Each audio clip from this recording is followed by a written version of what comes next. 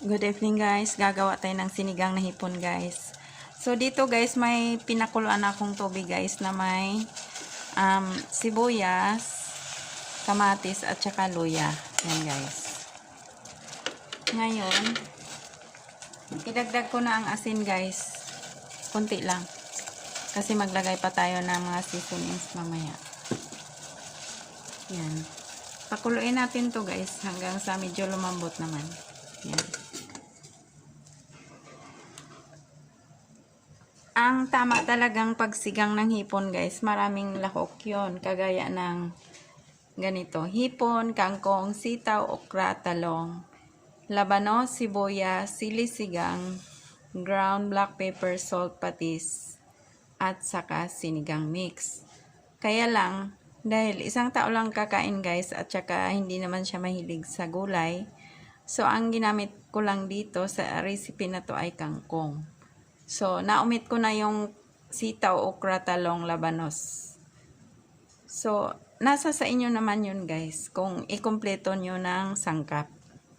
Pero dahil nga wala namang kakain sa mga ganong gulay, so, kangkong lang lagay ko guys. In fact, ang ilagay kong kangkong, dahon lang, hindi nakasama yung pakaw niya. Kasi, hindi rin naman kumakain ng pakaw. So, what's the use? Magsasayang lang tayo ng gasol. Kung lulutuin natin lahat ng gulay, wala namang kakain. So, for video purposes guys, isunod ko na ang hipon guys.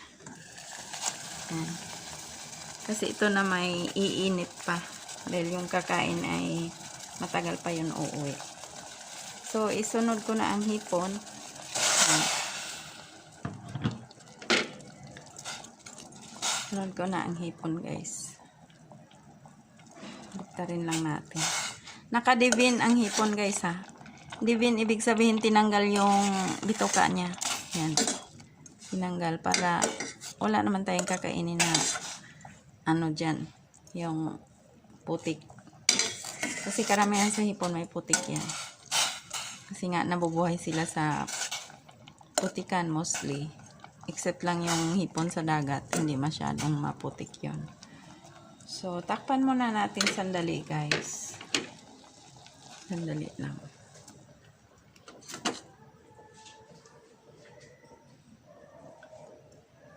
So, isunod ko na dyan ang ano guys.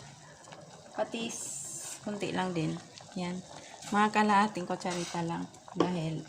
Kalahating kutsara dahil maglalagay pa ako ng ito guys, yan. Sinigang mix. Maalat-alat ng konti ito guys, diba? So, yan. Tansyahin nyo lang. Depende sa inyong panglasa. Tapos magdagdag pa ako ng itong ground pepper guys. Kasi, mahirap yung sinigang na yung parang kulang sa sangkap. Yan. Kulang tayo sa sabaw guys, no? Pero tama lang yan guys. Kasi isang kainan lang to, isang tao lang. So, ilagay ko na guys ang kangkong. Yan, kangkong lagay ko na.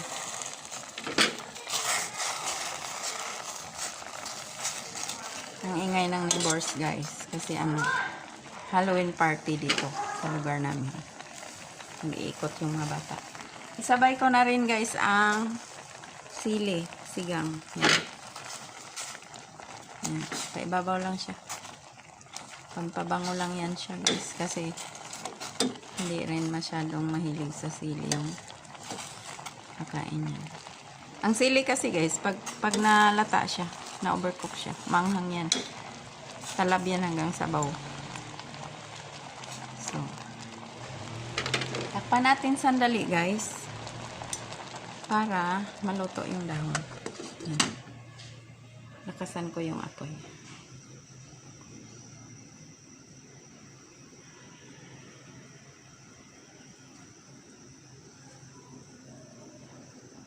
Yan. Buksan ko na guys at titikman na natin ang sabaw.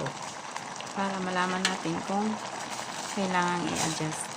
Sorry guys ito lang yung ididip ko kasi yung kabilang kamay ko humawak sa cellphone. Hindi pa ako bumili ng tripod. Dahil beginning pa lang naman ito ng vlog ko. So, tama na siya guys. Masarap na. Pero lalo pa natin pasarapin guys. Yan. Kapartner ko sa luto. Magic sarap. Konti lang guys. Isang ano. Yan lang.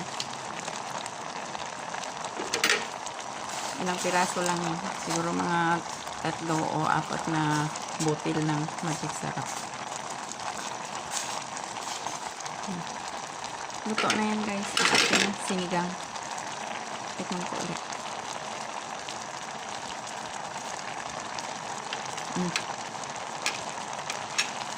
Dagdagan ko pa ng kunting sinigang mix guys. Kasi ang sinigang mix pag naluto na, nawala na yung asin niya. So, okay na to siya guys. Hindi na natin i-overcook ang hipon. Dahil maging rubbery na yan pag pina-overcook mo pa. So, yan. Luto na at masarap ang ating sinigang kasi tama-tama lang ang sabaw. Pag nagsigang kayo guys, huwag nyong sobrahan ng sabaw. Itansya nyo lang kung ilang tao ang kakain. So, dahil isang tao lang naman kakain itong 5 pirasong hipon. So, yan. Mga 1 cup lang ang sinabaw ko dyan. Para may lasa. Kasi yung anything you make like a soup, pag sobra sa sabaw, ay nako, mahirapan ka na magpasarap dyan. So, thank you so much guys for watching.